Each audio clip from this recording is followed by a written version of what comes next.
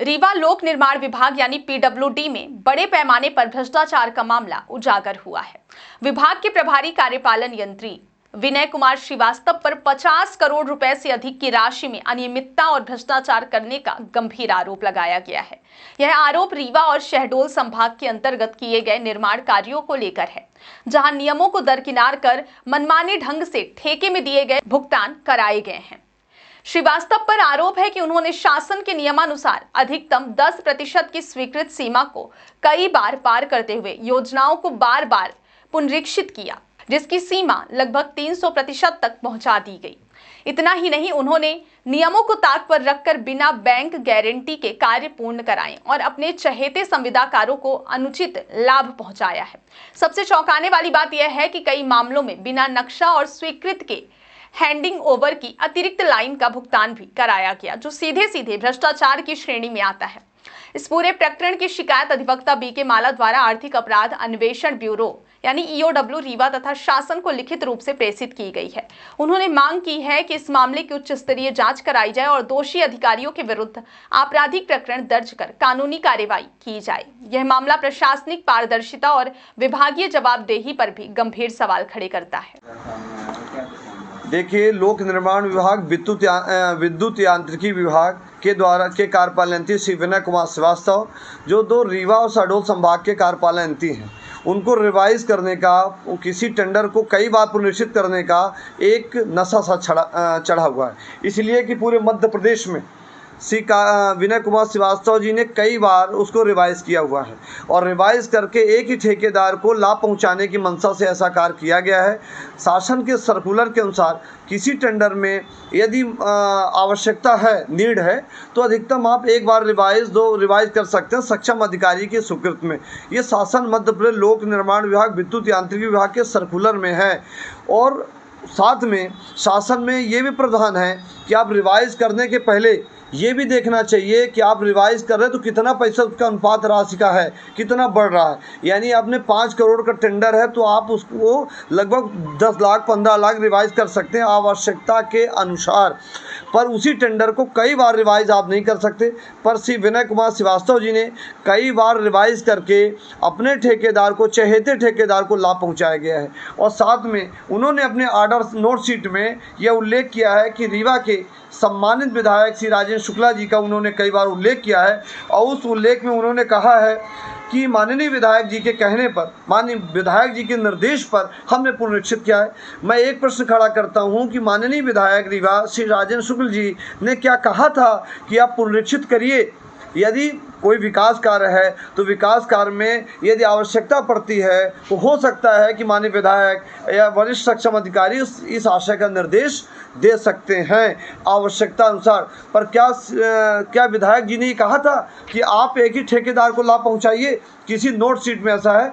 नहीं, माननीय विधायक जी ने ये नहीं कहा था कि एक ही ठेकेदार को आप लाभ पहुंचाइए और एक ही बार एक रिवाइज करने के बाद आप कई बार रिवाइज करिए।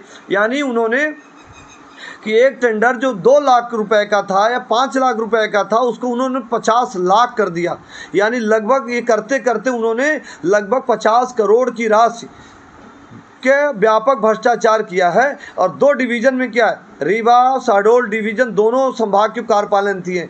तो हमने आर्थिक अपराध अन्वेषण ब्यूरो मध्य प्रदेश को इस आशय का एक आवेदन पत्र दिया है और आर्थिक अपराध रीवा को पत्र प्रेषित किया है और हमने आग्रह किया है कि श्री विनय कुमार श्रीवास्तव जी के नोट शीट जितनी भी ऑर्डर सीटें चली हैं, जितने भी मध्य प्रदेश लोक निर्माण विभाग विद्युत यांत्रिकी विभाग के सर्कुलर हैं, शासन के नोटिफिकेशन हैं, गजट हैं, जो भी लेटर हैं, उन सभी अभ्यावेदनों के साथ साथ हमने उन्हें सबमिट किया है और इसकी जांच होनी चाहिए।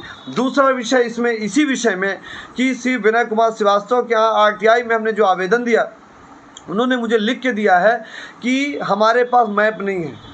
जो डिज़ाइन और नक्शा आप जिस प्रकार की आप पोल लगा रहे हैं, लाइट लगा रहे हैं, तो आपके पास यदि मैप नहीं है, आपके पास यदि नक्शा नहीं है, किसके बिन नक्शे में आपने कैसे निर्माण कर लिया? इतनी बड़ी बिल्डिंग बनती है, कोई भी प्लान होता है बिना डिज़ाइन के, बिना नक्शे के कैसे डिज़ाइन होता है? क्या हम मूर्ख हैं? क्या हमें समझ नहीं है? तो आपने और विद्युत विभाग को पत्र जारी करते हैं रीवा विद्युत विभाग को। अब विद्युत विभाग लिखता है मेरे पास नहीं है। विद्युत विभाग ने कहा जब आपके पास मैप नहीं तो मेरे पास कैसे मैप होगा। दोनों विभाग की मिली भगत है। दोनों विभाग के कार्यपालन नीति की जांच होनी चाहिए। आर्थिक अपराध अन्वेषण ब्यूरो को मैंने पत्र लिखते हुए उसमें सबमिट सभी दस्तावेज किए हुए हैं कि इन्होंने कई बार रिवाइज किया है। और रीवा से रतैरा, गुप्ता पेट्रोल पंप से यहाँ तक कि देव तालाब, आप मनगमा में जो आपने देखी होगी कि इन्होंने टेंडर किया और टेंडर कॉल करने के बाद उसको भी रिवाइज किया। इन्होंने जो बिलो टेंडर था, बिलो टेंडर में इन्होंने मानक के विपरीत सामग्रियों का उपयोग किया। इसी प्रकार रीवा और शहडोल संभाग में व्यापक स्तर में श्री विनय कुमार श्रीवास्तव द्वारा भ्रष्टाचार किया गया है। और इस भ्रष्टाचार में उनके विभाग के अन्य कर्मचारी शामिल हैं, अधिकारी, एसडीओ, सब इंजीनियर शामिल हैं और साथ में विद्युत विभाग के कार्यपालन यंत्री शामिल हैं और डी शामिल हैं। इनकी मिली भगत से इस प्रकार का व्यापक स्तर में भ्रष्टाचार किया गया है। और इनके नोटशीट में लिखा है कि आप ये नियम विरुद्ध काम कर रहे हैं।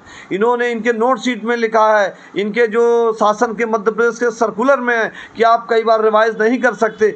हम नहीं कह रहे, इनके शासन के सर्कुलर को मैंने स्टडी किया है, इनके दस्तावेज को देखा है। इनके दस्तावेज को निकालने के बाद पद परीक्षण करने के बाद, अवलोकन करने के बाद और इस विषय के विशेषज्ञों से विचार करने के बाद, पढ़ने के बाद हमने इस आवेदन बनाया है। और आपके माध्यम से हम ये कहना चाह रहे हैं किस व्यापक स्तर में भ्रष्टाचार किए जा रहे हैं। और माननीय विधायक के कंधे पर, माननीय विधायक का नाम लेकर इन्होंने भ्रष्टाचार किया है।